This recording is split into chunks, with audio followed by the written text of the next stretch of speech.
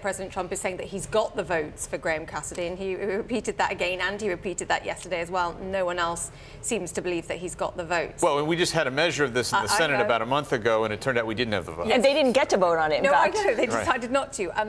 Just to come back on this point, though, this has been in the works for a while. So just in terms of the sequencing here and the delays and the work that was going on, what have they been doing? Well, what happened was when the first time health care failed, Democrats and Republicans, led by Alexander and Murray, got together and said, okay, we can't allow this law to collapse. We can't let people go without insurance, and we can't have the insurance companies collapse. They're counting on these payments. Let's find a bipartisan way to patch this up and to move forward. Yes. They were on the cusp of getting this deal a month ago when all of a sudden Republicans and President Trump decided to go in a different direction with Graham Cassidy. They tried to marshal the votes for that. They didn't have them.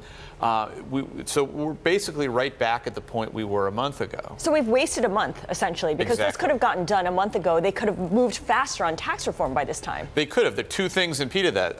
The failed vote on Graham Cassidy, and then President Trump's decision, executive order, stripping away the CSR payments, which have now, it sounds like, are going to be restored. Was that in an effort to focus minds in order to get this done ASAP? Was it a tactic, you mean? Well, I wonder whether it was. Well, Trump has said that. To me, that sounds like a ridiculous contention, because here we are 3 days later, having undone precisely the move that Trump made.